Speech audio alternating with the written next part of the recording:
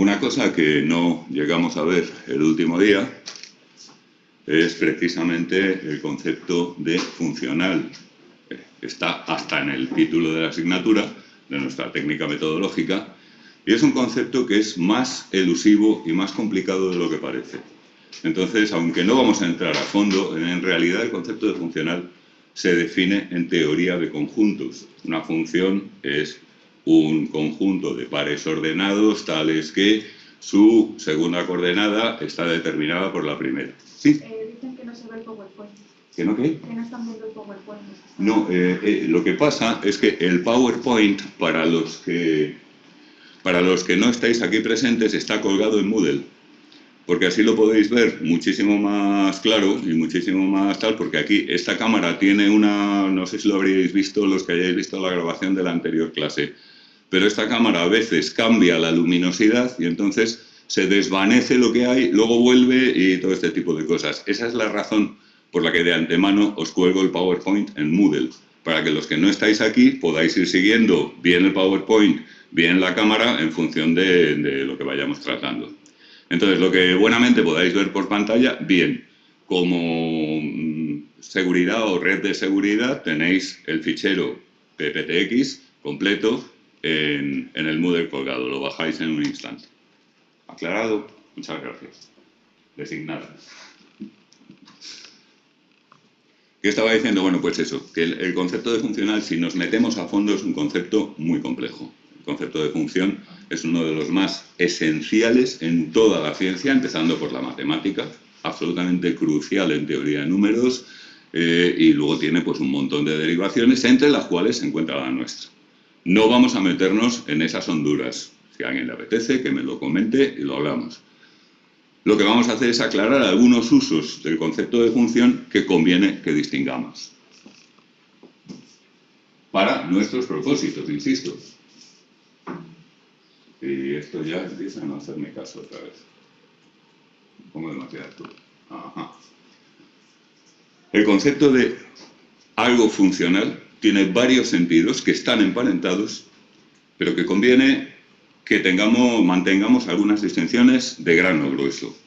Primero, muchas veces vais a ver que se usa el término funcional referido a adaptativo, beneficioso, que es bueno para el individuo, para el organismo, etc.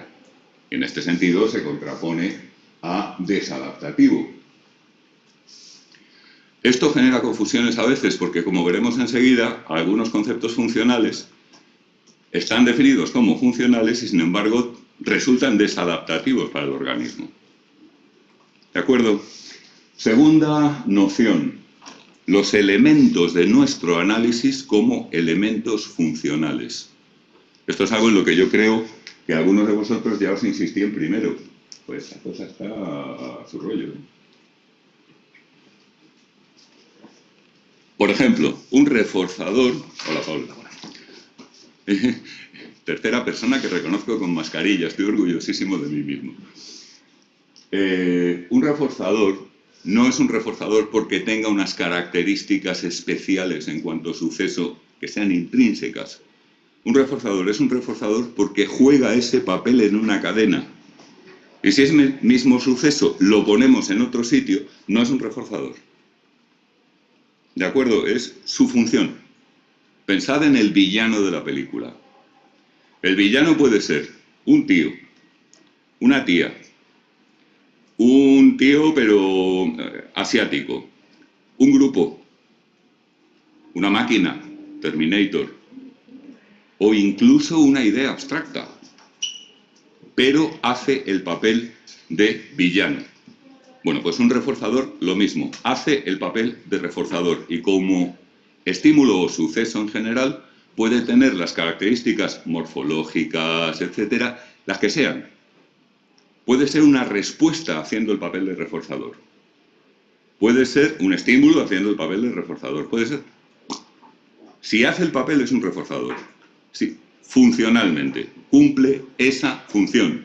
Es lo mismo que decir hace ese papel. ¿Sí? No está viendo la cámara, no está activada en Teams. ¿No se ve la cámara? No está activada la cámara en Teams. ¿Cómo? No está activada la cámara en Teams. No está activada la cámara en Teams. Uy. Esto es serio. Bueno, si hay alguna incidencia más, por favor, avisad. En lo que estábamos. Funcional es un concepto que definimos por lo que hace, por su función, por su papel. Acordaos que a veces puede servir como heurístico. O sea, que hace el papel de, a lo mejor es un tío estupendo y maravilloso y le toca hacer de canalla asesino. O lo contrario. ¿De acuerdo? Este es un segundo sentido. Los conceptos del análisis funcional de la conducta se definen en términos funcionales en este preciso sentido. Un estímulo incondicionado puede ser un estímulo que tiene valor motivacional por razones innatas o bien por razones suficientemente aprendidas o bien puede ser una respuesta del propio organismo que al sentir que está dando esa respuesta le funciona como... Es decir, no se trata de lo que sea cada cosa, digamos, per se. No se trata de su morfología, no se trata de su naturaleza como suceso. Se trata de qué papel juega, papel funcional, como decimos. En el conjunto de una cadena pavloviana, en el conjunto de una cadena operante, etc. ¿De acuerdo? Tercero, la relación entre los elementos de una cadena operante, por ejemplo, es funcional en el sentido matemático. I igual a f de x. Fijaos que los tres sentidos están emparentados. Esto concretamente tiene bastante que ver con el anterior. Pero no es exactamente la misma idea, porque esto luego nos va a llevar al tema de explicación. Por ejemplo, ahí tenéis un enunciado funcional que afirma algo sobre una cadena. Concretamente afirma que el incremento en la respuesta es función de la probabilidad condicionada del consecuente dados el discriminativo y la respuesta. Es decir, el incremento de la respuesta va a ser mayor o menor dependiendo de la frecuencia con la cual, dado el discriminativo, esa respuesta vaya a ir seguida del consecuente. Fijaos que ahora ya no estamos hablando de cada uno de los conceptos, discriminativo, refuerzo, etc. Ahora estamos hablando del conjunto de la cadena. La relación entre sus elementos es funcional. Una cosa que nosotros podamos medir, una variable dependiente, típicamente las oscilaciones, pues por ejemplo en tasa de respuesta, intensidad o frecuencia o probabilidad de la respuesta, va a ser función de algo que pasa con los otros elementos de la cadena. ¿De acuerdo? Son tres nociones, insisto, emparentadas, pero que conviene que diferenciemos. Además, como os comentaba antes, nos podemos encontrar con situaciones aparentemente contradictorias. Por ejemplo, mi tendencia a no ir a fiestas es funcional porque cumple la función de lo que sea, por ejemplo, de reducir la ansiedad que me producen las fiestas. Pero en el primer sentido eso no es funcional, no es adaptativo, porque yo me convierto en un puto ermitaño que no tiene amigos y que, por ejemplo, ¿se entiende? Sí. Pero... Fuerte, Gemma, por favor. Entonces, toda conducta es funcional, ¿no? Porque ¿Cómo? Toda conducta, en el tercer sentido, es funcional, porque toda conducta cumple... Efectivamente, porque en el marco en el que trabajamos en el análisis funcional de la conducta, tratamos la conducta como funcional. Eso es algo que vamos a ver en realidad. Si nos ponemos estrictos, la única manera coherente de definir el concepto de conducta es por la vía de las funciones, que no necesariamente es lo mismo que lo que significa funcional en estos... Pero sí, o sea, sí es en efecto. ¿Alguna duda más? ¿Quedan claras estas distinciones? Fijaos, lo que tiene un papel funcional para la reducción de mi ansiedad frente a las fiestas puede ser muy disfuncional en el sentido de muy poco adaptativo, primer sentido. De aquí surgen muchas confusiones que nos conviene evitar. Por eso, sobre todo, insisto en esto. ¿Vale? Bien. Nadie se queja de que no oye, no ve, no huele, no toca. Qué bien. Igual ya estamos funcionando. Ahora esta criatura que no... Pues nada, si hay que hacerlo un ratón, se hace.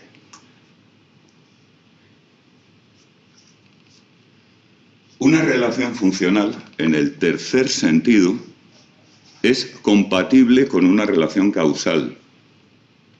Entraremos en esto enseguida. Pero no la presupone.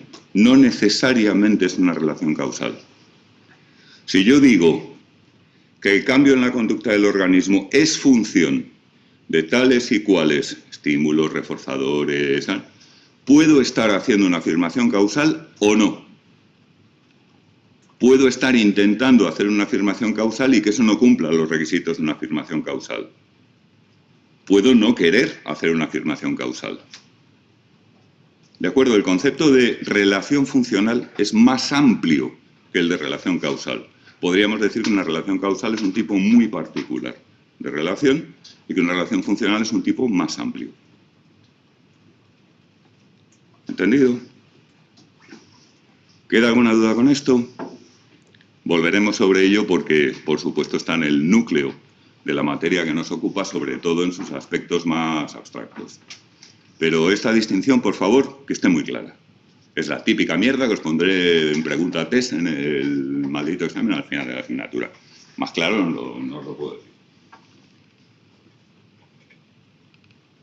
Y esto que era un fleco que se quedó sin dar en la clase anterior, ya he renunciado a la posibilidad de ajustar los PowerPoints a las clases, hasta donde lleguemos, llegamos y ya está. Pasamos a ver algunas cuestiones de teoría de la ciencia, pero como os anunciaba el otro día, orientadas al psicólogo profesional. No voy a dar por sentado que sois científicos, que queréis hacer la tesis metidos en un laboratorio y perdiendo completamente vuestra vida social y vuestros contactos con el mundo real, sino que no. Hay ciertas cosas que un profesional tiene que entender, un profesional universitario. Que no sois reparadores de calderas, que es una profesión muy digna, pero que tiene otras características. Tenéis que entender un poco lo que estáis haciendo. Y para eso, puesto que además, aquí vamos a hablar de cosas tales como si esto es explicativo o no lo es, como si esto permite predecir o no permite predecir, pues estas cosas las tenemos que ver un poquito. Voy a intentar hacer una exposición muy sencilla, simplificada. Si alguien está muy pilotando teoría de la ciencia, que me disculpe, porque voy a dar una visión muy estándar, muy simple, pero es que creo que es la que necesita tener un profesional. Y la que se echa de menos cuando el profesional no la tiene y se pone a decir cosas y a veces dice, criatura. ¿Vale? Primero, formas del conocimiento científico, formatos. O sea, cuando tenemos conocimiento científico, ¿eso qué pinta tiene? Escojo solamente las dos principales, hay más. Primero, leyes empíricas. Una ley empírica es como si dijéramos una hipótesis que lo ha petado. Es decir, es algo que en su día fue una hipótesis y que se ha ido viendo cada vez más, que sí, que se cumple, hasta que llega a alcanzar en algún momento el estatus privilegiado, digamos, de ley. Ya es una cosa que, salvo que pase algo bastante raro, que a veces pasa, no es razonable que dudemos. La ley de los gases perfectos. Infinidad. La ley del inverso del cuadrado de Newton. ¿Os acordáis? La ley de la gravedad, según la cual la atracción entre dos cuerpos libres en el espacio es función directa del producto de las masas e inversa del cuadrado de las distancias. Que podríamos haber comprobado empíricamente que no es del cuadrado, que es del cubo. O que es simplemente de la distancia, sin elevarla a ninguna potencia. Pues no, resulta que es del cuadrado. ¿Por qué esta ley es una ley? Porque todas las veces que eso, que en su origen fue quizá una hipótesis, se ha puesto a prueba, ha resultado que sí, que se cumple, que se ajusta a las observaciones. Pues decimos una ley empírica. Nos basamos en la experiencia y tratamos de obtener a partir de la experiencia una formulación condensada, un enunciado lo más claro, lo más definido, lo más preciso posible, que refleje una regularidad de la naturaleza. El principio de refuerzo, según lo plantea Skinner. Ciertos sucesos, cuando siguen sistemáticamente a una conducta, incrementan su probabilidad. No es el caso, pero Skinner podía no haber tenido ni absolutamente ninguna idea de nada y simplemente haber hecho un montón de experiencias, eso sí que lo hizo, con muchos organismos y comprobar, oye, que hay algunos sucesos que cuando se lo pones detrás a una conducta del organismo, esa conducta, ¡bum!, tira para arriba. Entonces formula eso en un enunciado que, como sabéis, es en cierto modo una depuración o casi una expurgación de la famosa ley del efecto de Thorndike, que tenía el importante problema de que se apoyaba en nociones tan difusas como la de estado satisfactorio. ¿Tú qué sabes el estado satisfactorio de otro organismo? No digamos ya si no es humano. Con lo bien que fingimos. Pongo cara de que me lo estoy pasando bien. De que me gusta esta música para quedar bien porque se supone que soy intelectual, entonces me tiene que gustar esta mierda. Y lo hacemos bien. Es decir, ¿cómo sé yo realmente lo que siente otro? Entonces, bueno, todo esto es muy bonito. O sea, la especulación sobre la fenomenología de otras entidades. ¿Qué siente realmente mi gato cuando está empanado y apoyardado? ¿Es feliz o está aburrido o qué? Muy bonito, muy interesante todo, pero eso no puede ser la base de una ley científica. Es una base demasiado endeble. ¿Cómo sé yo cuando un organismo está en un estado satisfactorio o insatisfactorio? Esta es la crítica feroz de los conductistas a Thorndike, que es anterior al conductismo históricamente, recordadlo. Thorndike empieza con estos trabajos a finales del XIX. El conductismo propiamente y la ciencia de la conducta inspirada por el conductismo no comienza hasta los años 10 del siglo XX. En la versión que lo conocemos ahora más tarde todavía, con Skinner. ¿De acuerdo? Pero, fijaos, una ley empírica simplemente yo observo la naturaleza, constato una regularidad, hago un enunciado que trata de recoger esa regularidad y compruebo ese enunciado. Si una y otra vez ese enunciado sale airoso de la comprobación, lo podemos elevar a la categoría de ley. Pero fijaos, un enunciado como una ley nunca me dice por qué eso es así. Nunca. Está más allá de su capacidad lógica. La ley del inverso del cuadrado de Newton no me dice absolutamente nada sobre la naturaleza de la gravedad. Me dice cómo funciona, observacionalmente. Lo que yo puedo constatar cuando vea cuerpos interactuando en el espacio. Y funciona como un tiro, pero no le pidas explicaciones. De hecho, desde que Newton formula sus 3 leyes de la mecánica, se produce un debate de siglos, literalmente, entre los cartesianos y los newtonianos sobre cuál es la naturaleza de la gravedad. Nadie tiene ninguna duda de que es el inverso del cuadrado. Nadie tiene ninguna duda de que esa ley funciona. Pero ¿de qué estamos hablando? Los cartesianos, los discípulos de Descartes, lo que sostenían es que la formulación de Newton parecía presuponer una acción instantánea a distancia, por la cual el Sol está atrayendo a la Tierra al instante. Y eso, con toda la buena lógica del mundo, dado el estado de conocimientos de la época, tenía, vamos, todo el sentido. ¿Cómo va a haber una acción instantánea de algo que está a cientos de miles de kilómetros de distancia? Entonces los cartesianos decían que había un fluido etéreo, un éter, una cosa por el estilo, en el cual se producían vórtices que daban lugar a... Los newtonianos, en cambio, se ponían un poco pues como si fueran los conductistas de la época. Es decir, no, mira, no me cuentes historias. Esta ley funciona y se acabó. Entonces, si esta ley que funciona presupone acción a distancia, pues habrá acción a distancia.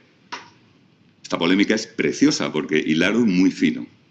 Si a alguno le interesa, le doy la bibliografía porque es muy divertida de leer. Además hay leña, pero vamos, ya Newton se dedicaba a pegarse con gente cuando estaba en activo. Pero una vez muerto, esto duró más de un siglo. Porque la ley que ambos bandos aceptaban no te dice por qué ni cómo. ¿Se entiende? Esto es lo distintivo de una ley. Refleja muy bien una regularidad, pero muchas veces, en muchos casos, no te da ninguna pista de por qué esa regularidad se produce en la naturaleza. ¿Visto? ¿Alguna duda? Bien. El segundo formato estrella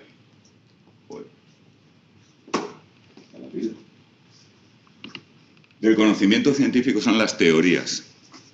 Una teoría es algo así como un artefacto que trata de reproducir las características del funcionamiento del fenómeno que nos interesa.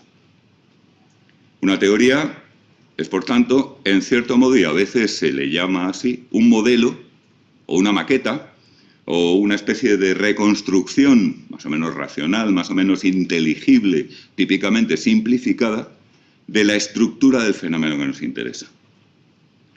Entonces, en el caso de la gravedad, por seguir con el ejemplo, finalmente llega, ya bien entrado el siglo XX, 1915, me parece recordar, el amigo Albert Einstein, y resuelve la disputa con la teoría de la relatividad general, que dice que la gravedad en realidad se corresponde con la estructura topológica del espacio-tiempo. Que no es que haya ni una fuerza a distancia, ni un éter en el que se forman vórtices, sino que el espacio-tiempo está, como si dijéramos, torcido, y entonces los cuerpos siguen lo que se llaman las geodésicas, las líneas más cortas. Es como si tienes un tablero ondulado y tiras una bola. Entonces la bola va a hacer una serie de cosas de este estilo, que no dependen de que los huecos o le atraigan o le repelan, es que simplemente está siguiendo, de acuerdo con el impulso inicial que tiene, la geodésica, la línea, como si dijéramos, de menor esfuerzo. Está ajustándose a la inercia, ni más ni menos. Lo que pasa es que el espacio-tiempo no es euclídeo, sino que es curvado. Y entonces resulta que ni los cartesianos ni los newtonianos tenían razón. Hace falta que venga una teoría, esa o la que fuera, para dar una explicación. Es decir, para decir por qué eso es así. Como sabéis, la relatividad general está comprobada empíricamente hasta el último decimal.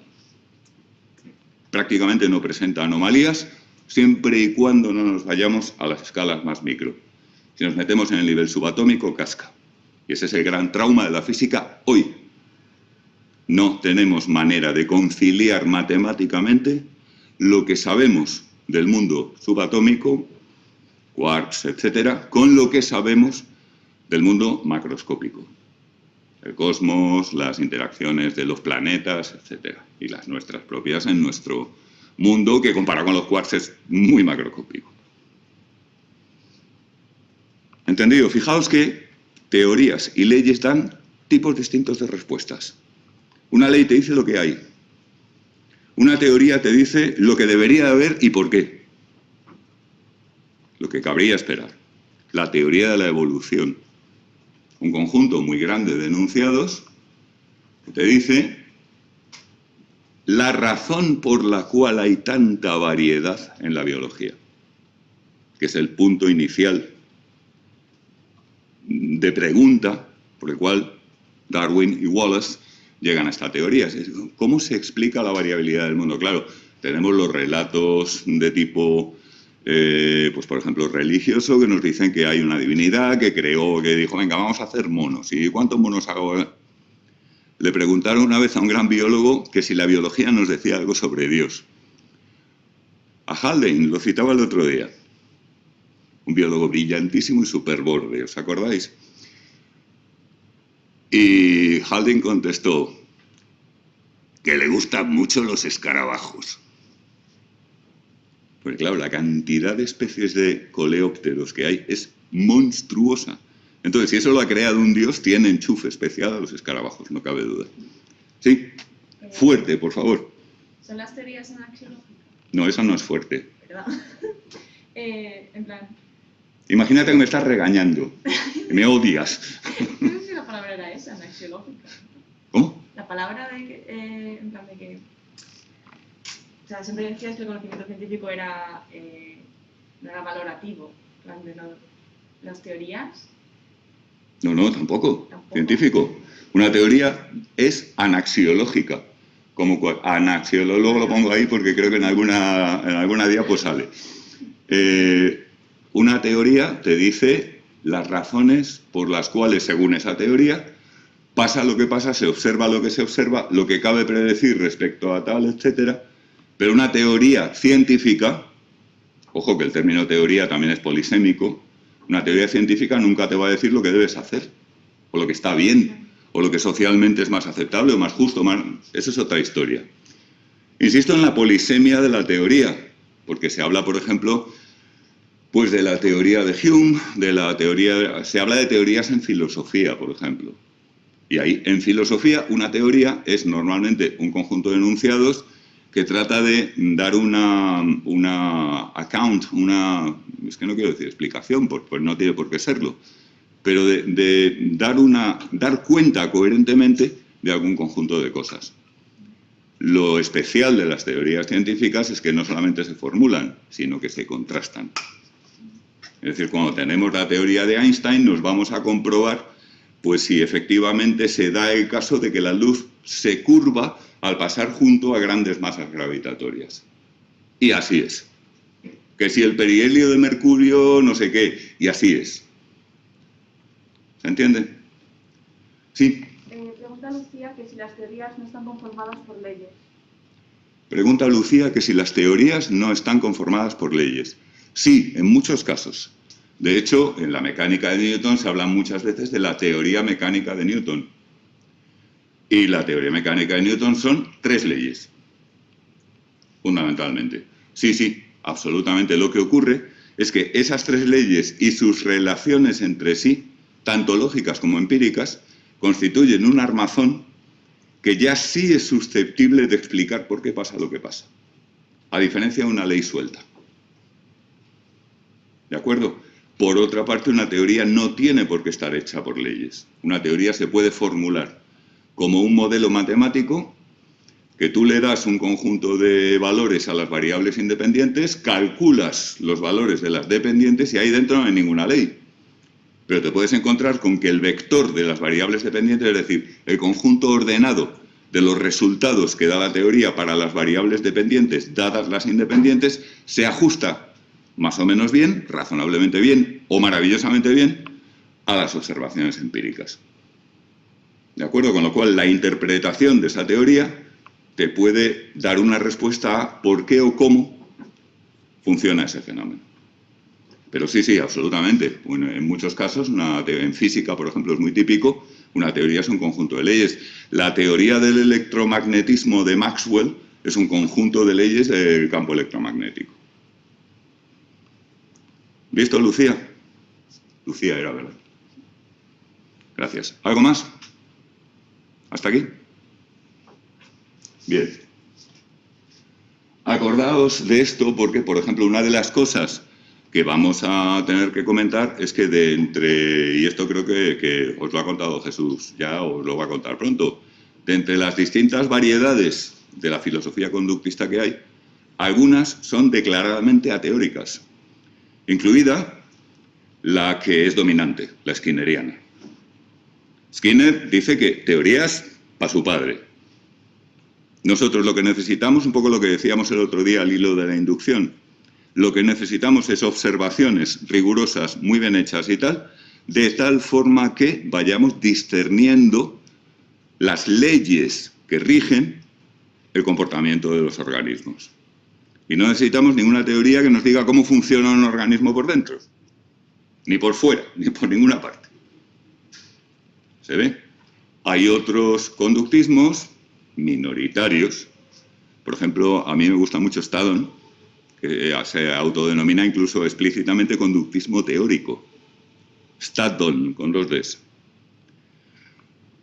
Que tiene la característica contraria, es decir, está convencido de que sin renunciar a los presupuestos nucleares o que él considera realmente importantes de la filosofía conductista, se puede hacer una ciencia de la conducta con teorías, no solamente con leyes empíricas. Y Staddon es brillante en la formulación de modelos. Tiene un modelo de la habituación, o sea, un modelo es un tipo de teoría, una teoría relativamente pequeña. Que ese modelo es una maravilla y tropieza con el gran problema con el que se tropieza siempre cuando se intenta teorizar sobre ciencia de la conducta desde un marco conductista. Ni manera de entender la recuperación espontánea. Ese es el escollo empírico típico de las teorías conductistas. Pero esto es una curiosidad casi un poco al margen. El conductismo skinneriano es de leyes, no de teorías. ¿De acuerdo?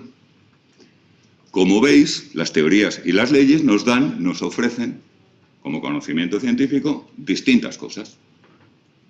Una nos va a permitir, por ejemplo, las teorías son particularmente potentes en la explicación, cuando son buenas teorías. Y muchas veces para una perfecta predicción no necesitamos nada más que una ley, o para el control, que es en lo que vamos a entrar inmediatamente a continuación. ¿Está claro hasta aquí? Bien. El ratón y va por culo también. Objetivos del conocimiento científico. Esto es de catecismo. ¿Cuáles son las virtudes cardinales? Bla, bla, bla, no me acuerdo. Por fortuna. Y bien olvidadas están. ¿Cuáles son los objetivos del conocimiento científico?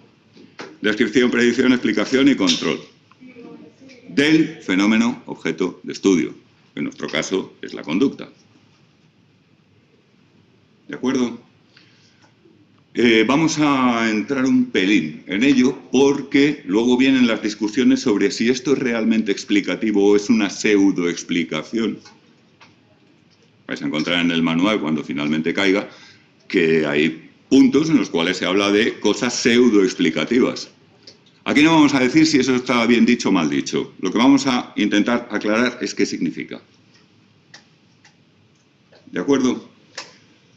También vais a oír con cierta frecuencia a gente con deficiente formación en teoría de la ciencia hablar despreciativamente de la descripción. Yo en algunos tribunales de tesis me pongo del hígado y además suelo hacer sangre. Es que ese estudio es solamente descriptivo. ¡Buah! Vaya mierda. Tendrías que haber hecho un estudio explicativo. Entonces te vuelves hacia el del tribunal. Y bueno, lo siguiente es un poco gore, así que lo censuro. ¿Se entiende, no? Pero, de nuevo, ese es mi punto de vista y lo aplico como me parece bien. Lo que me parece importante es que se entienda de qué hablamos. Descripción, predicción, explicación, etc.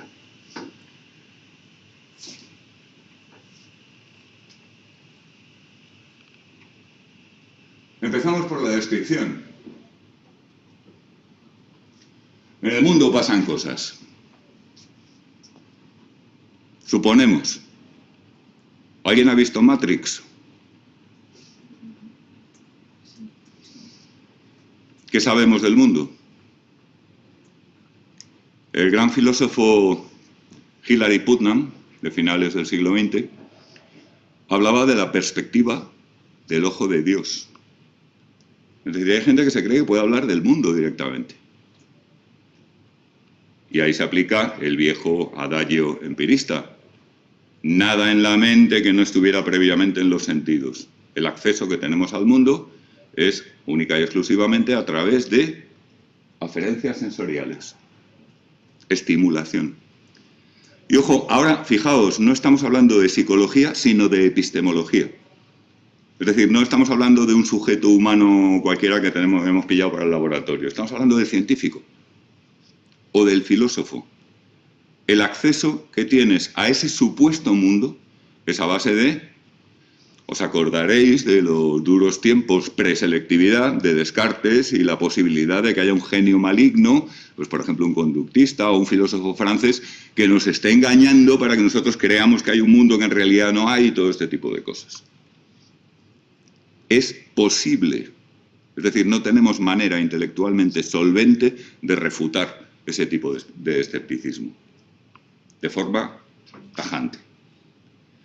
Es posible lo de Matrix. Es posible la metáfora que ha traído de locos a los filósofos que se ocupan de estas cosas en los últimos tiempos, de cerebros en una cubeta. Es decir, tú te crees que estás en un aula, ¿verdad? No, vosotros estáis en casa en pijama, cabrones. Pues resulta que no.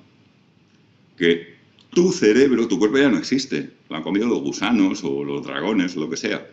Tu cerebro está metido en una cubeta de fluido con soporte vital y conectado en todos los sitios oportunos a una maquinaria, rollo Matrix, pero a lo bestia. A una maquinaria que te está haciendo sentir en este momento la ilusión de que estás en un aula o de que estás en tu casa en pijama. Vosotros no os libráis tampoco. ¿Se ve? Nadie se cree esto en serio.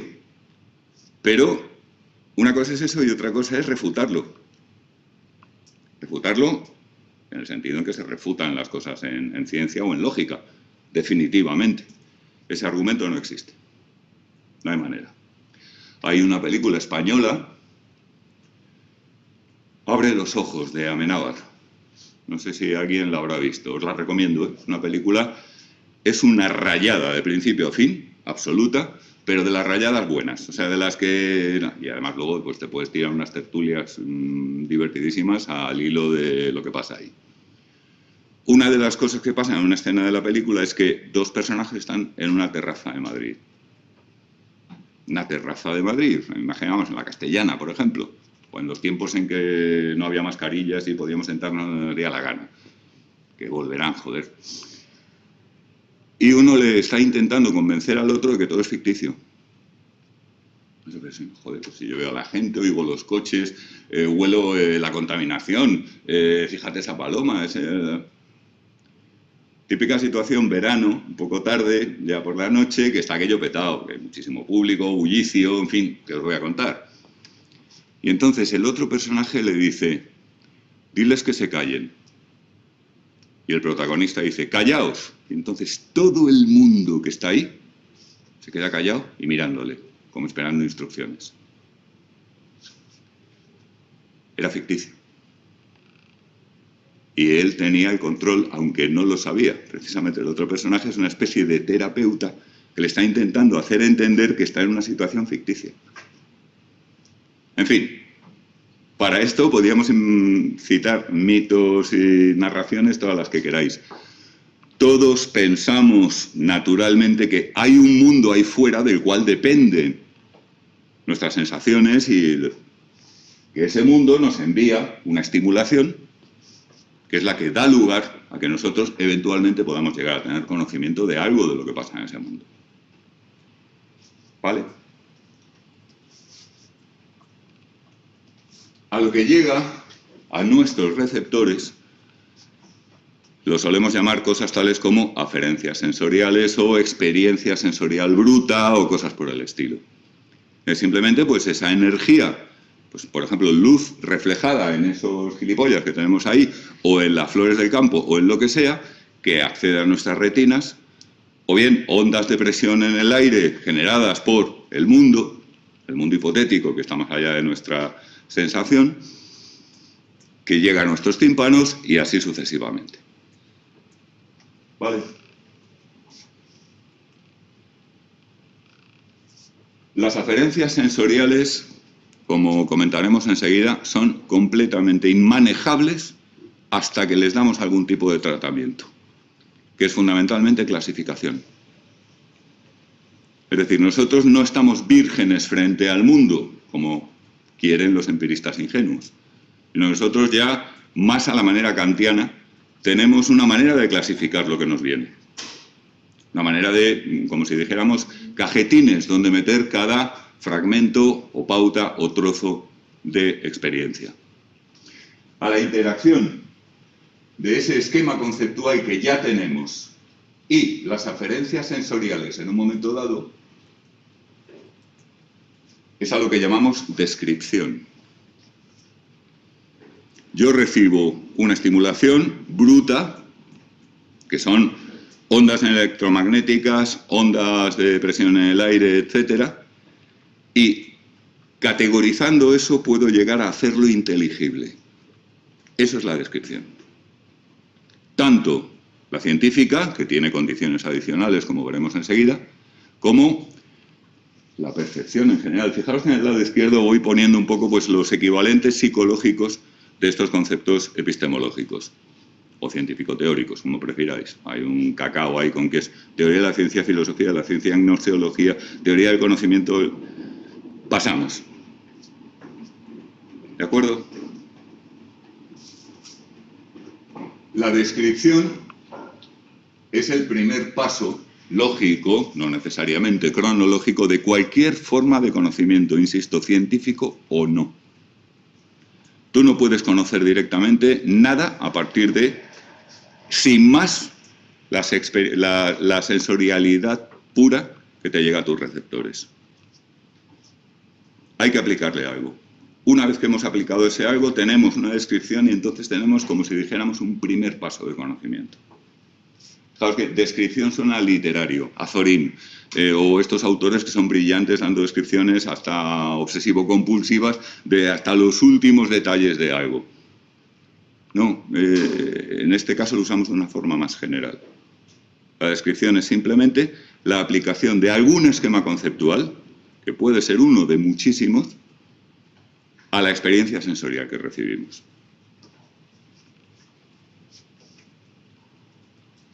A partir de una descripción es cuando se hacen posibles los otros objetivos del conocimiento científico, o del conocimiento en general también.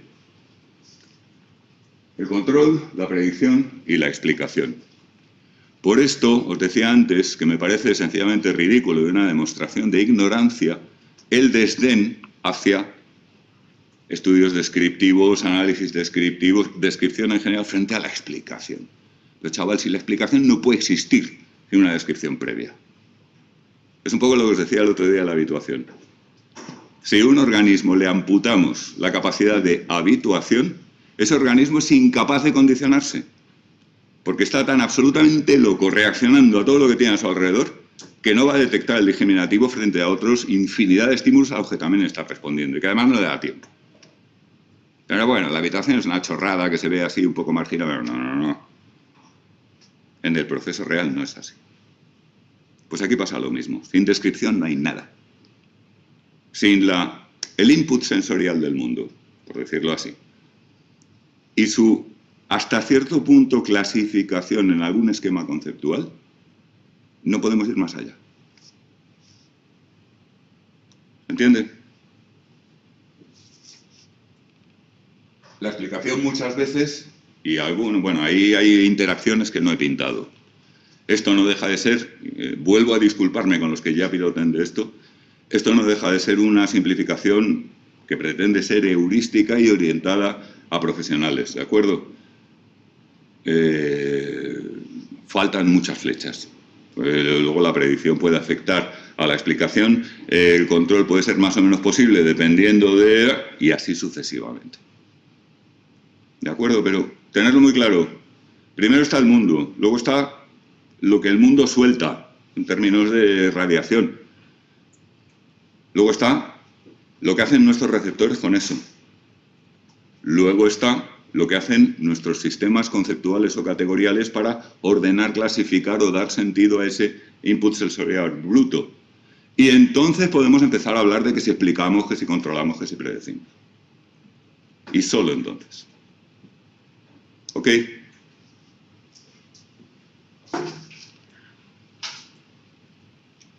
Insisto, la experiencia pura según llega a nuestros receptores, es ininteligible, intelligos, cuidado, incomunicable, no se la puedes pasar a otra persona, y completamente inútil.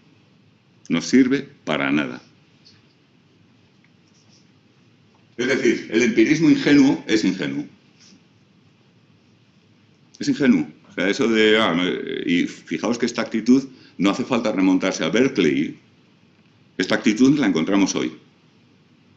Muchas personas, poco formadas en estas cuestiones, pues piensan que tú llegas ahí y entonces pues la realidad como que se te mete por los ojos y lo que te deja hacer es no tocarla. O sea, dejar que lo que se te ha metido por los ojos, pues esa es la verdad. No, mira, lo que se te mete por los ojos es un montón de mierda. Como esto, por ejemplo. ¿Qué veis ahí?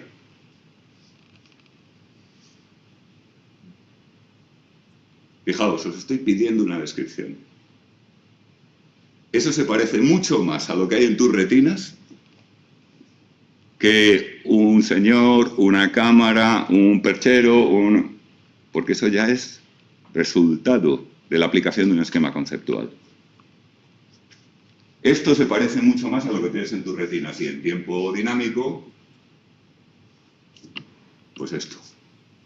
Se parece bastante más a un televisor que no tiene ningún tipo de entrada de antena, ni de cable, ni de nada, y que entonces pues da ruido blanco, básicamente. Claro, lo que hay en las retinas no es ruido blanco, porque tiene unas regularidades hipersutiles. Pero se parece mucho más al ruido blanco que una foto. Es a lo que voy. Y captar esas regularidades hipersutiles en este follón es precisamente para lo que los organismos de cierta complejidad hemos desarrollado los sistemas sensoriales, perceptivos, etc. Pero lo que hay en tu retina se parece a eso. Y señor Berkeley y compañía, con eso no está en ninguna parte. ¿Entendido?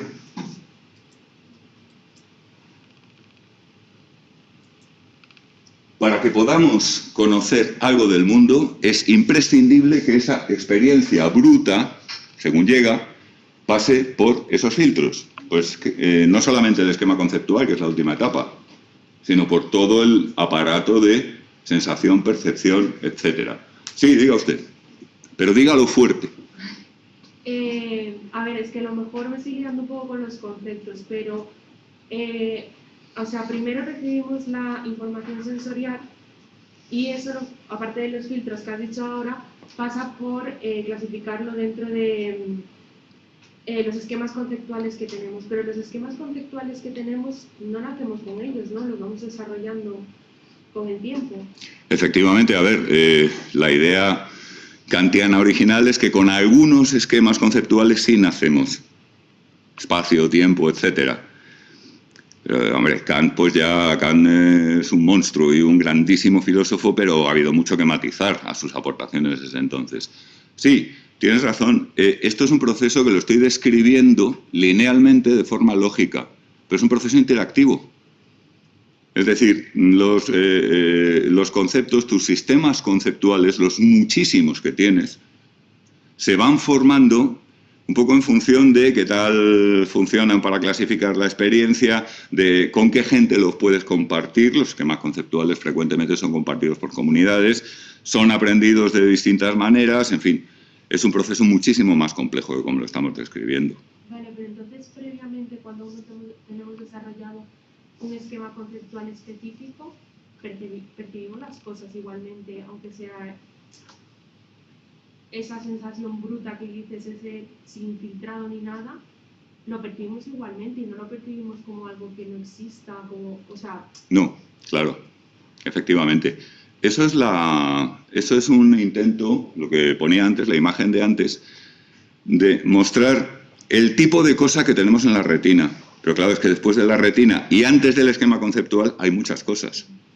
Está toda la psicología de la percepción, por ejemplo, que es, por cierto, en mi opinión, sin la menor duda, el área más compleja de la psicología teórica. Ya lo habéis visto, porque se dan segundos, si no me equivoco. No sé qué tal os habrá ido, pero os habréis dado cuenta de que eso es duro. Y es mucho más duro de lo que os han contado. O sea, y no, lo digo como como alabanza a mis compañeros, no como crítica, quede claro, porque simplificar eso, tela.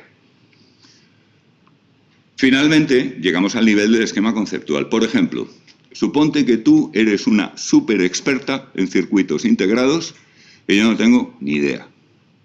Tú y yo miramos una imagen de un circuito integrado y lo que tú ves y lo que veo yo no es lo mismo. Porque tú estás viendo, a ver, un multiplexor, joder, qué raro han hecho el no sé qué, y yo estoy viendo rayas, cuadraditos, puntitos de colores y una movida, pues que, oye, igual queda decorativo en la entrada de la sala de espera de un dentista, pero... Y tú en un momento dado dices, joder, esto es genial. Y yo, ¿qué? ¿Entiendes a lo que me refiero? No es que cada uno lo aprecie, no, es que literalmente no vemos lo mismo, no observamos lo mismo. ¿De acuerdo? Por supuesto, tú no has nacido experta en circuitos integrados. Yo sí he nacido desconocedor. Y todo ese esquema conceptual, más todo lo que lleva aparejado, lo has tenido que aprender previamente. No estamos hablando de que esos esquemas conceptuales sean ni mucho menos necesariamente innatos. Yo diría que aquí es uno de los puntos típicos de discrepancia entre filosofías. Es decir, cuánto creemos que es innato de esto y cuánto no. Pero hay que estar muy loco para pensar que nada es innato y hay que estar más loco todavía para pensar que todo es innato. Y locos hay, ¿eh? Nunca nos van a faltar. Menos en filosofía. ¿Aclarado? ¿Alguna duda más? Bien. ¿Os acordáis algunos, por lo menos los que estuvisteis conmigo en primero en aprendizaje y condicionamiento, que mencionábamos muy de pasada el problemón del argumento de pobreza del estímulo? La relación entre estímulo proximal y estímulo distal. Si os fijáis, lo que estamos describiendo no es ni más ni menos que la reconstrucción del estímulo distal a partir del proximal. Tú ves un animal amenazante, un perro con babas, así, además un gran danés, para que no... Lo que tú has recibido en las retinas es el caos, ese que hemos visto poco más o menos. El estímulo proximal es lo que ocurre en los receptores, los cambios en los receptores concomitantes con un suceso ambiental y que llega a los receptores por la vía de la radiación electromagnética, etc. Y con esa mierda tú tienes que enterarte para sobrevivir de que es un bicho peligroso. Estímulo distal, el objeto al cual el organismo reacciona. Algunas veces me atrevo y otras no a decir en primero que ese es el problema central de la psicología teórica. ¿Cómo conseguimos, a partir de esa mierda de información que llega a nuestras retinas, reconstruir un objeto al cual podamos reaccionar adaptativamente? Pero en fin, simplemente señalar la similitud o el paralelismo, para ser más exactos, de ambas cuestiones.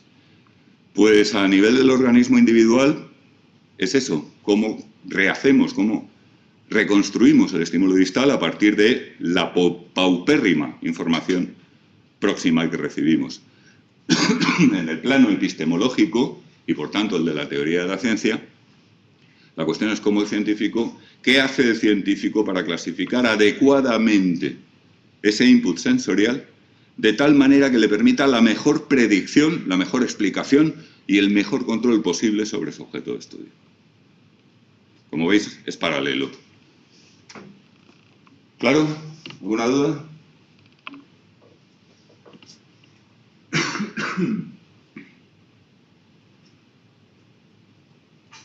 Característicamente una descripción, y aquí ya nos aproximamos un poco más al concepto de descripción más familiar, se plasma en algún lenguaje, sistema simbólico, no necesariamente un lenguaje, no tiene por qué ser lenguaje natural, puede ser un lenguaje formal, puede ser un lenguaje reglado, como el de la biología y distintas áreas de la psicología, puede ser un lenguaje matemático, plasmamos en ecuaciones.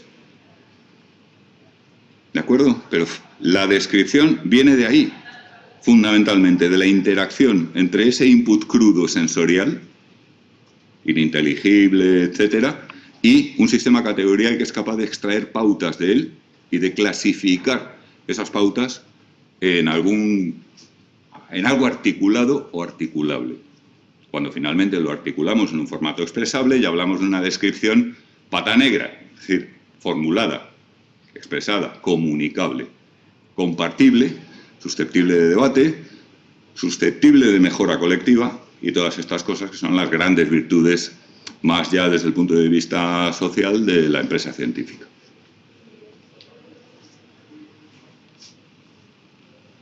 Esto es importantísimo. La descripción que hagamos, que va a depender del input sensorial desde luego, pero como vemos del sistema conceptual adoptado, restringe drásticamente las posibles predicciones, las posibles explicaciones y, en definitiva, todo, y nuestras posibilidades de control, naturalmente. Es decir, está en la base de todo. Si tú has hecho una determinada descripción, va a haber explicaciones que no vas a poder hacer. Si tú has hecho una determinada descripción, va a haber predicciones que no vas a poder hacer. Y si otras. Y así sucesivamente. Volveré sobre esto de vez en cuando porque se olvida demasiado a menudo. Por ejemplo, ¿qué intenta la psicología? Explicar la conducta. Bueno, eso está bien, así dicho, porque se sobreentiende lo demás. Pero no es posible explicar la conducta. No es posible. Es posible explicar la conducta bajo una determinada descripción. Es decir, una vez que hemos hecho una descripción de lo que tenemos delante, entonces podemos empezar a explicarlo. Antes no. Porque antes es pues, unos puntos así muy raros y muy volátiles. Y esto es lo que puedes decir. ¿Entendido?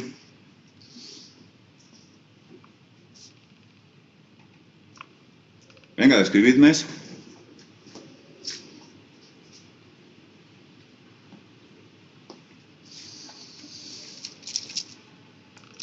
Pues yo diría que ahí hay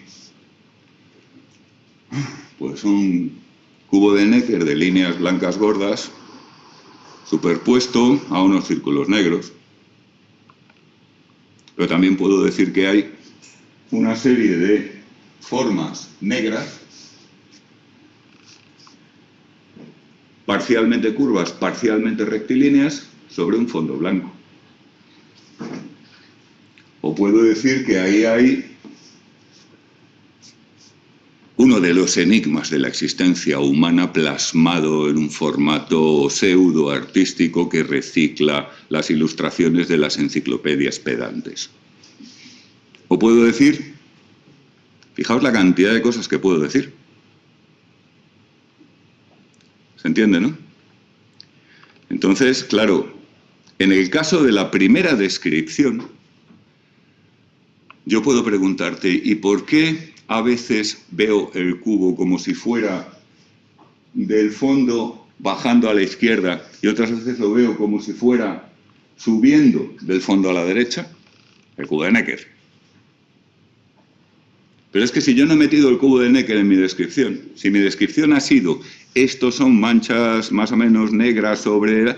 Esa pregunta no tiene sentido. No se puede ni plantear, mucho menos responder. ¿Veis a lo que voy? Bien.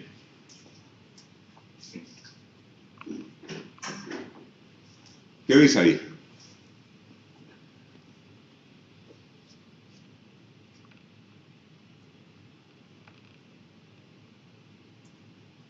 Pues podríamos decir que hay un conjunto ordenado más o menos cartesianamente de letras, rayas y números. ¿Bien? También podríamos decir que hay unas columnas de letras y números separadas por otros signos. Pero yo voy a deciros cuál es mi descripción. Eso es un re menor. ¿Nadie toca la guitarra aquí? Si tocas la guitarra y por tanto tienes el esquema conceptual adecuado, te puedes dar cuenta de que eso es esto. Las notas mi, si, sol, re, la y mi otra vez, en la notación anglosajona, representan las cuerdas de la guitarra, en la afinación estándar.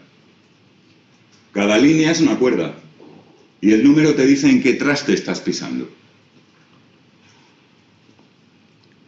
Y os aseguro que sin buscar mucho encontraréis amigos o compañeros que vean eso y digan re menor, en quinto traste. Pero instantáneo, porque tienen ese esquema conceptual muy en la recámara, como quien dice, muy listo para funcionar, porque se han hinchado a leer ese tipo de cosas. Si en lugar de esto hubiéramos puesto el típico pentagrama con una clave y con espacios y líneas, pues un poco tres cuartos de lo mismo, pero si tú le enseñas el pentagrama a alguien que no sabe leer esa notación, pues te va a decir, pues hay unos puntitos y algunos tienen como un cirimbelillo y hay unas rayas y... El esquema conceptual, hay gente que ve la partitura y oye la música, no mucha, tengo entendido. ¿Entiendes? Cuidado, ¿es mala la descripción de que eso es un conjunto de... No, perfectamente correcta. Pero has aplicado un esquema diferente. That's all. ¿Vale? Bueno, otro ejemplo. Y ya lo dejamos a ver si se oye. Observad esto y luego tratar de describirlo. No hace falta que lo digáis en alto, basta con que os lo autodescribáis. Uy, no me ha hecho caso.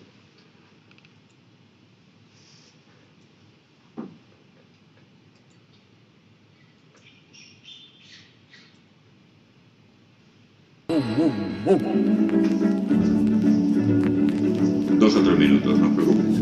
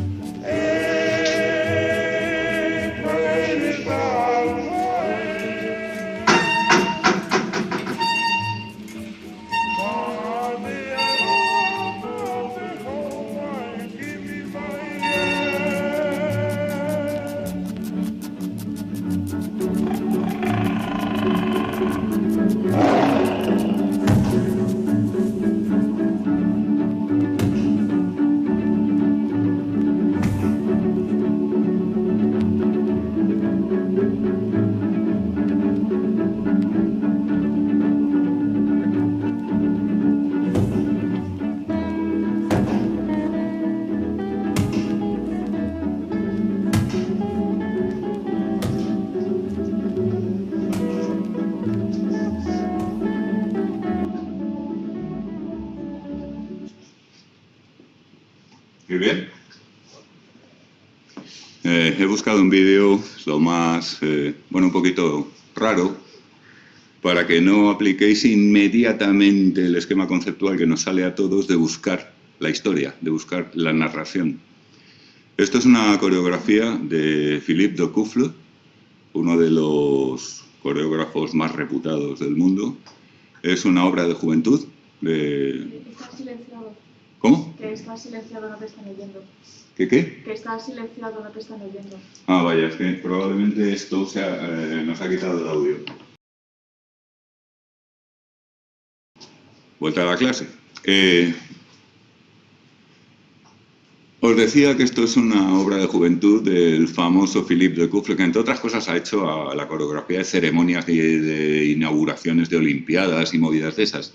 Pero cuando hizo esto, que para mí es su mejor obra, esto es muy personal, por supuesto, era muy jovencito y todavía era bastante desconocido. ¿Qué hemos visto ahí? ¿Hemos visto conducta? Yo diría que sí. Es decir, ahí hay bichos humanos haciendo cosas. ¿No? ¿Bichos humanos haciendo cosas es la definición de conducta? Bueno, pues probablemente en nuestro esquema conceptual ya bastante más sofisticado, no. Incluye más matices y más historias. Pero fijaos lo que podíamos haber visto ahí con distintos sistemas conceptuales. Rutina. La vida sin sentido en la sociedad actual, en la que damos vueltas como idiotas en una pista limitada creyendo que eso es el mundo, en compañía de otros que están igual que nosotros, para no llegar a ninguna parte, que finalmente llegue una especie de monstruo, nos aterrorice y nos disperse. No mola, ¿no? Poneos un esquema sociológico, esquema conceptual sociológico. Ahí hay cooperación y competición. De vez en cuando alguien se cae y los demás como que le permiten que se agarre y le arrastran durante un tiempo. La escena de los talones en la arena es de una sensorialidad maravillosa, pero bueno, eso es otra historia. Perspectiva posmarxista. Equidad. El tipo alto que está en el lado exterior tiene que gastar mucha más energía andando que el tipo o la tipa bajitos que están por la parte del centro, que tienen que andar mucho más despacio para mantener la línea. Feminismo. Lo primero que hace alguien con un esquema conceptual feminista es contar las mujeres y los hombres, ver cuántos hay de cada, y si están en los mismos roles o no, etc.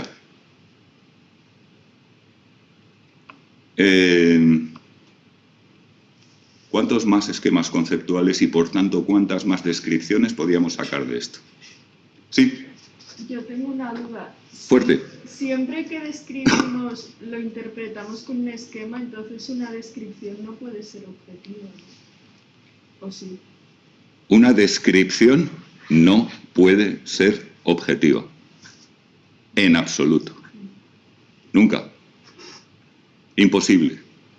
Porque está mediada por algún sistema conceptual. Cuidado, una descripción puede ser más o menos próxima al ideal de objetividad, que sería lo que os decía antes, la perspectiva del ojo de Dios, de Putnam. Somos la divinidad que vemos el mundo tal como es en sí mismo. Eso no está a nuestro alcance. Lo que sí está a nuestro alcance es elegir el esquema conceptual y tratar de ajustarlo lo más posible para que preserve lo más posible de lo que nos llega, pero es una cuestión de grado. Sí, o sea, tu deducción es absolutamente correcta. Desde el momento en que nuestra experiencia, entendida como experiencia sensorial bruta del mundo, está mediada por algún esquema conceptual, las posibilidades de objetividad plena, son cero. Sin ninguna duda. De todos los esquemas que podíamos haber utilizado, estos que hemos mencionado un poquito de pasada, e infinidad más que se nos podrían ocurrir, alguien podía fijarse en los colores, predominio del blanco, de las tierras, del tal, del cual. Alguien podría haberse fijado, un coreógrafo más técnico, pues por ejemplo, en elementos típicos de la, digamos, semántica y sintaxis del arte coreográfico. Y así sucesivamente ad infinitum. Vale, pero ¿cuál es la descripción buena? ¿Qué es lo que hace buena una descripción frente a otra? Porque, por si alguien está pensando que ahora os voy a decir que todo vale y que todo depende de cómo se mire, de qué tal y de qué cual, antes cojo un cuchillo oxidado y me abro en canal. Lo último. El relativismo es la peste. Le dedicaré algo de tiempo porque, desgraciadamente, todavía lo merece. No todo depende, no todo da igual y no cualquier descripción es igual de buena. Entonces, ¿cuál es la buena? ¿Quién tiene razón? ¿El cognitivista de los procesos o el skinneriano de las contingencias? Ay, amigo. Ahí está.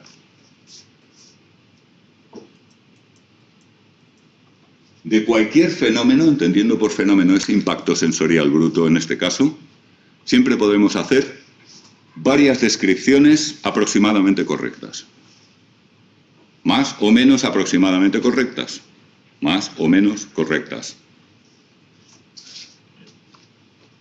Infinidad de posibles descripciones incorrectas.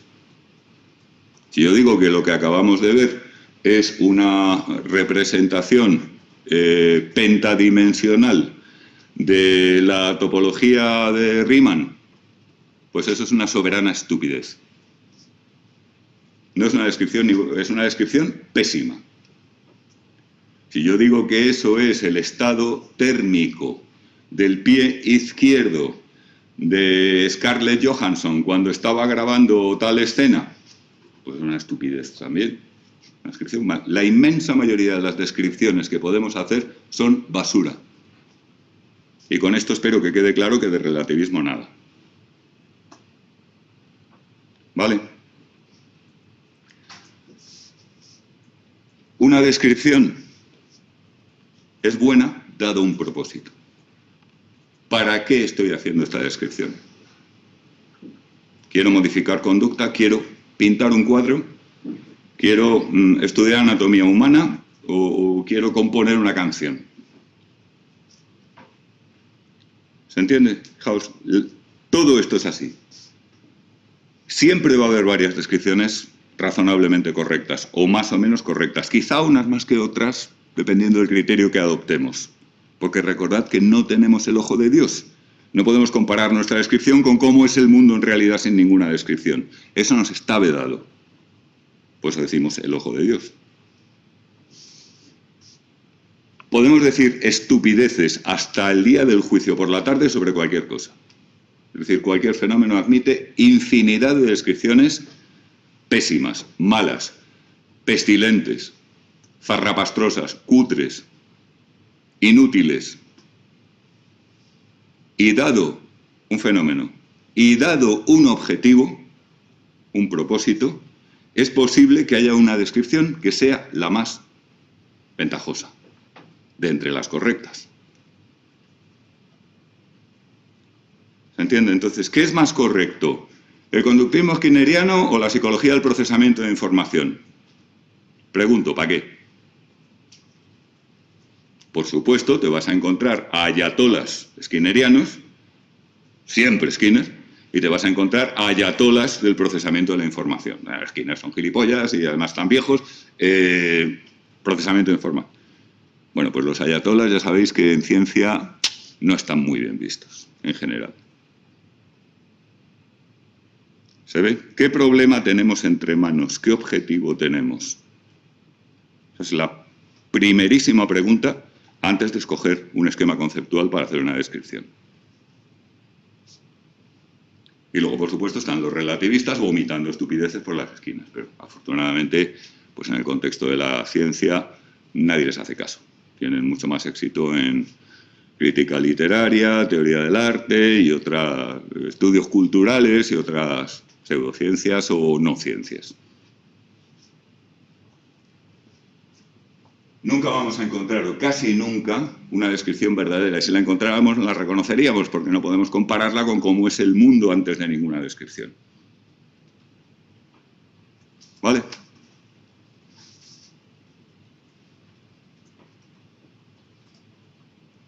Una descripción científica tiene algunas, para ser científica, fijaos que esto se aplica a todo nuestro conocimiento, insisto, ¿eh? Le cuentas a un amigo por WhatsApp una escena que has tenido con otro amigo, por ejemplo. Es una descripción, tendrá sus inputs sensoriales, tendrá su esquema conceptual y no es científica, está en la vida cotidiana, y que no sea científica no significa nada malo. Pero para el propósito de la ciencia, primero, una descripción debe ser coherente. Más exactamente, lógicamente robusta, no contradictoria. Es decir, que no te esté clasificando la misma pauta de dos maneras distintas, por ejemplo. Los conceptos deben ser precisos, bien definidos. ¿De acuerdo? Si no sabemos si estímulo significa darle ánimos a alguien o significa un objeto respecto al cual constatamos una reacción de un organismo, porque puede significar cualquiera de las dos cosas, pues nuestra descripción se hace más deficiente. En una descripción científica tratamos de fijar significados compartidos, claros y precisos para todos los elementos del sistema conceptual, para todos los elementos que utilicemos. Por eso es lo que nos va a permitir entendernos. Pues tú y yo nos ponemos a discutir sobre la igualdad. Y resulta que yo estoy dando por sentado que igualdad es igualdad ante la ley. Y tú estás dando por sentado que igualdad es igualdad económica, igualdad de retribución. Pues no lo vamos a entender, porque estamos usando la misma palabra para dos cosas distintas. Un esquema conceptual científico no puede permitir eso. Un esquema conceptual de los políticos actuales no solamente lo permite, sino que lo fomenta. O sea, cuanto más absurdo y ambiguo y contradictorio sea, mejor, porque así cada cual luego en aplicación del sesgo de confirmación, tal, y capto más votos, que es de lo que se trata. Pero en ciencia es al revés. ¿Vale?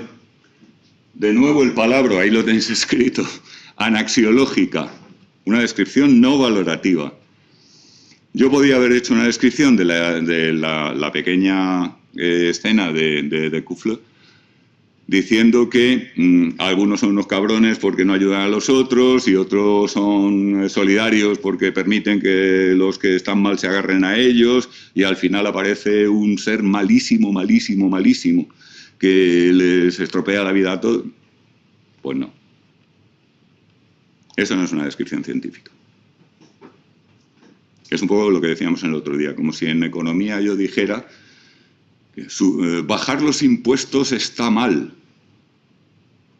Bueno, pues eso es una cosa, pero no es científica. Lo que sí puede ser científico, en este caso de la ciencia económica, es decir, subidas de impuestos dadas tales condiciones por encima o por debajo de tales porcentajes referidos a tal tipo de base imponible, pueden dar lugar a descensos en el consumo, aumentos en el ahorro, incrementos en una descripción. Si se hace esto, pasará lo otro. Eso ya sí puede ser científico. Pero esto está bien, esto está mal, ¿verdad? La ciencia es axiológica desde la misma descripción. ¿Ok? Parsimoniosa, el principio de parsimonia, que en general a los skinnerianos les gusta, ellos son muy parsimoniosos. Pero oye, acordaos la navaja de Occam, no multiplicar las entidades sin necesidad. ¿Para qué vamos a meter más movidas en una descripción o en una explicación de las que hacen falta para captar lo que necesitamos captar? ¿Vale? El psicoanálisis en la mayoría de sus escuelas es el absoluto desmadre del barroquismo, metiendo ahí entidades que nadie sabe ni para qué sirven, ni qué pintan, ni cómo se relacionan entre ellas, ni nada. Pero queda, pues eso, como un retablo barroco, muy cargado y muy agradable a la vista para quien le guste. Pero desde luego no apto para resolver problemas. El principio de parsimonia, o la navaja de Occam, si lo preferís, viene a dar igual. Hay que aplicarlo con cuidado. porque al final, como se te escape la navaja, te acabas cortando partes importantes. Creo que fue Einstein el que dijo que no hay que multiplicar innecesariamente las entidades hasta que sea necesario. ¿Se ve? No lo podemos tomar como un criterio absoluto en el sentido de has metido una entidad nueva en tu descripción. Mal. No es tan así. ¿Vale? Pero ceteris paribus, una explicación, una descripción más escueta conceptualmente, es preferible a otra más prolija. Eso es lo que nos viene a decir a nosotros el principio de parsimonia. ¿De acuerdo? ¿Alguna duda? Fijaos que muchas veces se habla de niveles de análisis, que es un concepto... Hablan de niveles de análisis todo el mundo, los cognitivos, los conductistas, los piagetianos, Y la misma noción de niveles de análisis presupone una jerarquía lineal que no siempre se verifica. Cuidado con esto. En las obras teóricas de cualquiera de estas corrientes o de muchas otras, os podéis tropezar con versiones bastante ingenuas de la noción de niveles de análisis. Esto está hecho de esto está hecho de lo otro. Por ejemplo, mucha gente dice que el conductismo es reduccionista. Eso es una estupidez lógica. Por una razón, los elementos con los que trabaja, típicamente, los elementos conceptuales, refuerzos, estímulos, etc., el conductismo skinneriano son los más abstractos de todos. ¿Cómo vas a reducir algo hacia arriba? En todo caso, sería aumentacionista. ¿Entendéis a lo que me refiero? En ciencia, una reducción consiste en la traducción de un vocabulario, esto está en Nagel, por ejemplo, 1980, la traducción de un vocabulario más molar a un vocabulario más molecular. El caso histórico, por excelencia, es el de la química y la física.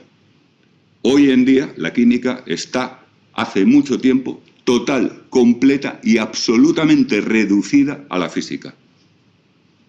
¿Qué quiere decir esto? Que para todo concepto químico existe una especificación sin pérdida de información en términos físicos. ¿Y entonces por qué los químicos siguen teniendo trabajo?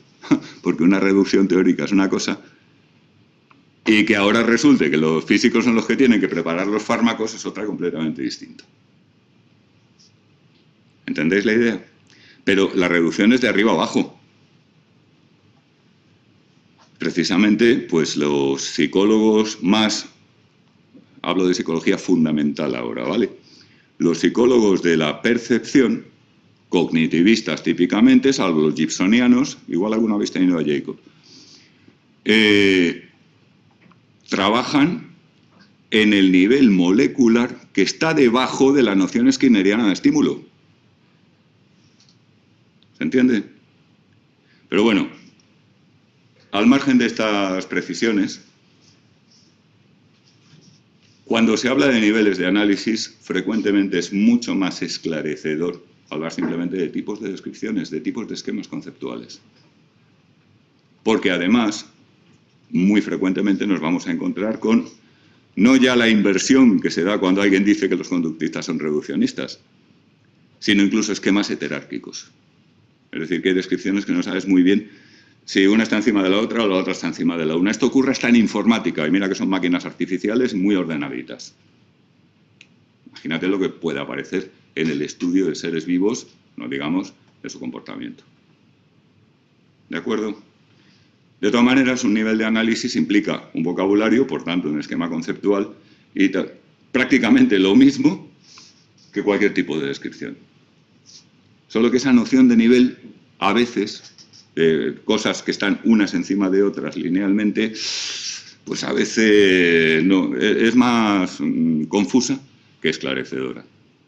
Vamos, que sepáis que básicamente tipo de descripción, nivel de análisis, estamos hablando sustancialmente del mismo tipo de cosa. ¿De acuerdo?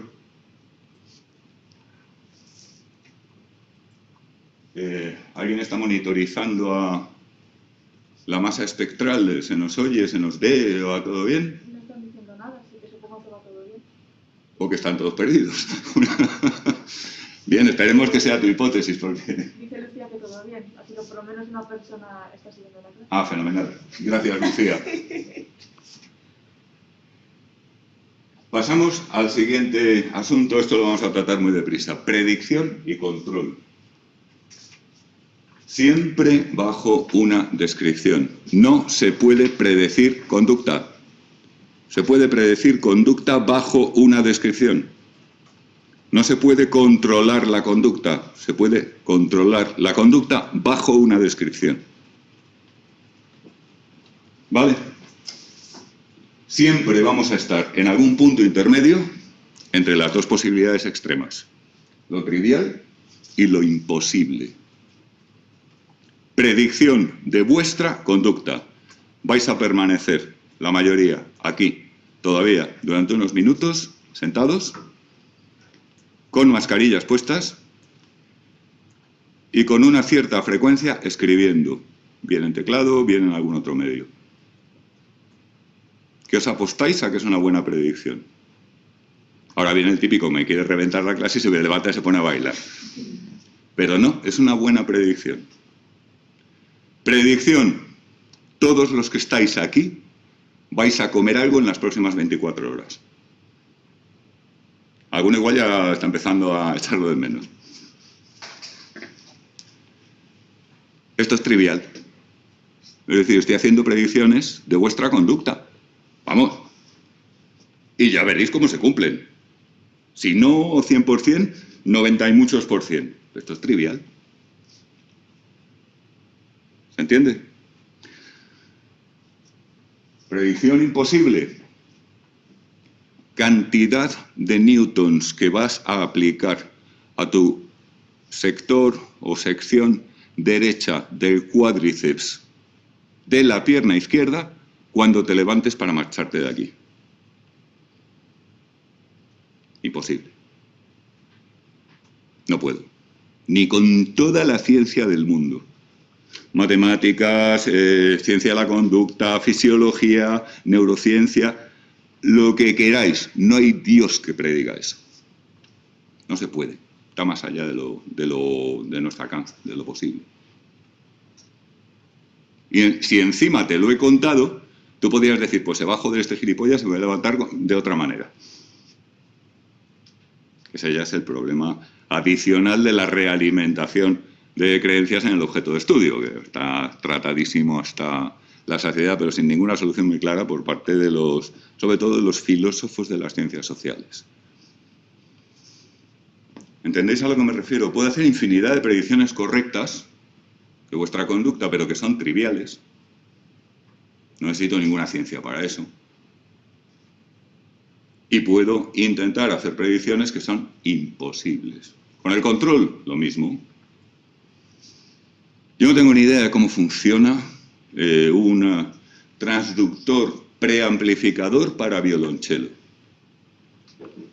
Bueno, pues me voy a asegurar de que no funciona. Lo agarro y lo tiro contra la pared. ¡Plas!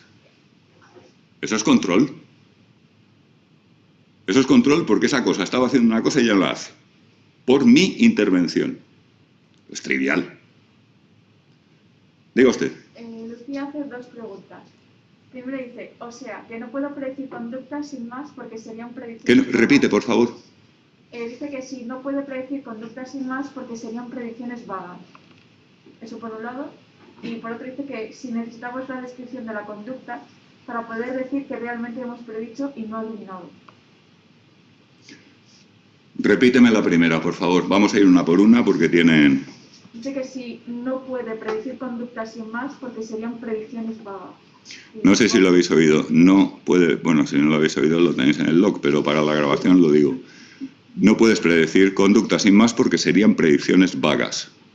¿Correcto? No necesariamente. Yo puedo hacer predicciones muy precisas y que sean incorrectas, pero no vagas. El tema es que lo que yo no puedo hacer es predecir algo relevante y hacerlo sin algún sistema descriptivo suficientemente adecuado. sea el que sea. ¿Y la segunda? ¿Necesitamos la descripción de la conducta para poder decir que realmente hemos predicho y no adivinado? Gracias. ¿Necesitamos la descripción de la conducta para poder decir que hemos predicho y no adivinado? No necesariamente. A ver, si no hacemos una descripción no podemos predecir, pero tampoco podemos adivinar. Es decir, la cuestión de predicción versus adivinación es una cuestión epistemológica de fundamento. Yo puedo predecir que vais a estar sentados aquí, los que estáis, un rato más, basándome en mis conocimientos sobre la universidad, lo que es una clase, el comportamiento habitual de los estudiantes, mis observaciones de años de docencia.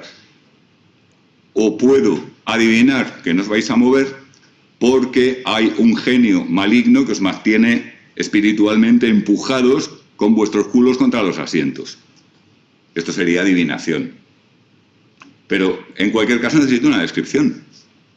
Es que sin descripción no hay nada. ¿Se ve? ¿Alguna duda más? Perfecto. Tanto la predicción como el control, por tanto, son siempre bajo una descripción, la que sea, y siempre oscilando entre lo trivial y lo sencilla y llanamente imposible. No podemos, yo no puedo controlar, ni en el mejor laboratorio de análisis de conducta, yo no puedo controlar exactamente la ratio de contracción entre dos músculos del organismo cuando me está dando una determinada conducta operante que estoy reforzando, por ejemplo. También es verdad que no me va a importar, porque sería otras cosas, ya lo funcional. Y la morfología típicamente no me va a importar. Pero yo no puedo controlar eso, 100%. Está fuera de mi alcance. ¿Se ve? O qué cantidad de moléculas de miosinas. Y en cambio es perfectamente trivial hacer otros tipos de controles o de predicciones. Está claro, ¿no? Lógicamente, lo que nos interesan están en la franja intermedia. Son posibles, por una parte, si nos lo montamos muy bien, y no son triviales. Nos añaden esas predicciones o esas capacidades de control, pues unas posibilidades, sean operativas en el caso del control, sean más epistémicas en el caso de la predicción, que tienen relevancia para nosotros. Fijaos que siempre estamos hablando de un propósito, explícita o implícitamente. ¿Ok?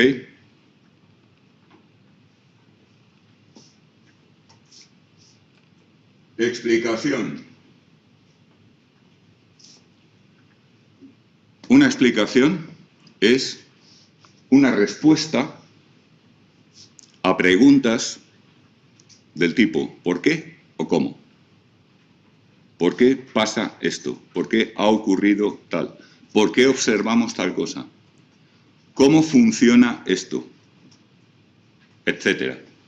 Hay definiciones de explicación en los libros de teoría de la ciencia que son muchísimo más alambicadas, son más matizadas y tienen el inconveniente de que dependiendo del punto de vista filosófico del autor, pues pueden variar bastante. Esta es muy sencillita y a mí me encanta porque sirve lo mismo para la explicación científica que para la explicación en contextos no formales, en contextos, por ejemplo, cotidianos. Y en último término es de lo que se trata. O sea, una explicación es qué contestas cuando te dicen por qué. Luego ya que la explicación sea buena o mala es otra historia, como veremos enseguida. Aunque estoy pensando que con esto... Cuando hablamos de por qué, preguntas de por qué ha pasado tal cosa, estamos hablando de causas, de razones. Cuando hablamos de cómo funciona, cómo opera, cómo ha pasado, estamos hablando típicamente de mecanismos, de procesos, de qué ha sucedido ahí, dando por sentado que se trata de algún tipo de entramado que puede incluir, desde luego, causas, razones y muchas otras cosas. Está anotando.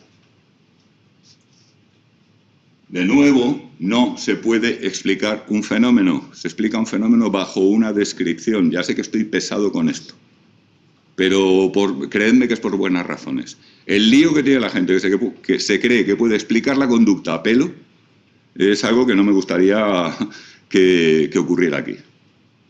Explicamos las cosas bajo la descripción que hayamos tomado. Por tanto, lo que es una explicación bajo una descripción puede ser perfectamente un galimatías para quien ha adoptado otra descripción. Por ejemplo, una explicación típicamente skinneriana para un piagetiano. ¿Dónde están los esquemas operatorios? ¿Dónde están los...? No, qué contingencia, qué... y viceversa. Entonces, lo que típicamente se hace es que, bueno, voy a intentar traducir este delirio que me ha contado este gilipollas a mis términos, que son los buenos. Pero ya, al margen de historias más sociológicas que otra cosa sobre las relaciones entre distintas formas de abordar la psicología, fijaos, una explicación es una explicación siempre bajo una descripción, y de otro modo no tiene sentido. ¿Ok?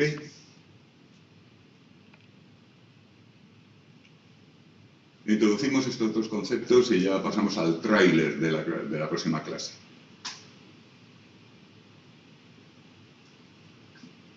Pregunta, ¿por qué ardió el granero? ¡Ah, horror! Con lo que nos costó construirlo y lo bonito que había quedado. Llamamos explanandum al enunciado que es objeto de explicación. En este caso, el granero ardió. Es como que como si le limpiáramos el pescado, le quitamos el porqué y tal. ¿Cuál es el enunciado que es el target, la diana de nuestra explicación?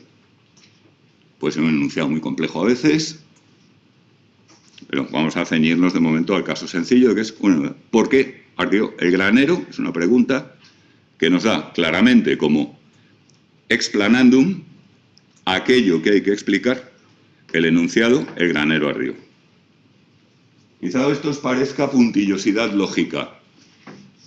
Lo es, pero creedme, no es superflua. Porque luego la falta de puntillosidad lógica acaba dando lugar a auténticos desmadres lógicos en algunos contextos. Y eso ya es grave. Llamamos explanans al conjunto de enunciados que utilizamos como explicación. En este caso, por ejemplo, una explicación, un explanans, podría ser: 1. El granero es de madera. 2. El granero estaba lleno de paja seca. 3. Carlos estaba en el granero. 4. Carlos tiró una colilla sin apagar. 5. Esto es una ley general. El fuego se propaga muy fácilmente en la madera y la paja seca. ¿Se ve? Omitimos cosas siempre. Las damos por sentadas. Pero fijaos que leéis esto y entendéis perfectamente la explicación. Te has preguntado, joder, pero ¿por qué se ha quemado? El granero está quemado, ¿qué ha pasado? ¿Por qué se ha quemado? Pues el gilipollas del Carlos, que con toda la paja seca que había, va el cabrón y tira una colilla sin apagar. Y es una explicación perfectamente aceptable en ese contexto. O sea, te responde a tu pregunta satisfactoriamente. Claro, en la vida cotidiana es una cosa, en la ciencia, de nuevo, como veíamos antes, hay más requerimientos. ¿De acuerdo? Dejamos este punto por hoy, que ya ha quedado la cosa un poquito densa, pero os voy a dar un adelanto de un tema que trataremos un poco más adelante. Y para coger aire, con mascarilla y todo, nos vamos a la isla de Samos. ¿Os suena la isla de Samos? Una isla griega desde el principio de los tiempos, que tiene la particularidad geográfica de que está pegada, pero pegadísima, a la costa de lo que hoy es Turquía. Pero nos vamos a ir a la isla de Samos en el siglo V a.C., cuando lo que hoy es Turquía era más Grecia, por cultura, por política, por idioma, por religión, por todo. Más Grecia. Muchos de los griegos famosos que conocemos realmente nacieron en un suelo que hoy es turco. Pues en la isla de Samos, no sabemos el año, alrededor del cambio del siglo V-VI antes de Cristo, 5-4, se formó una escuela filosófica y religiosa, en aquella época, fijaos que es mucho antes de Aristóteles, 2 siglos y pico antes. Pues la distinción entre filosófico y religioso no era tan tajante como, desde luego, como es hoy en día, que es clarísima. Esa escuela se llamaban los matematikoi, y se caracterizaban porque, primero, ¿os acordáis que los filósofos griegos muy antiguos siempre decían que todo está hecho de algo? Que si de agua, todo es agua, todo es el aire, el neuma, los elementos, tierra, fuego, tal.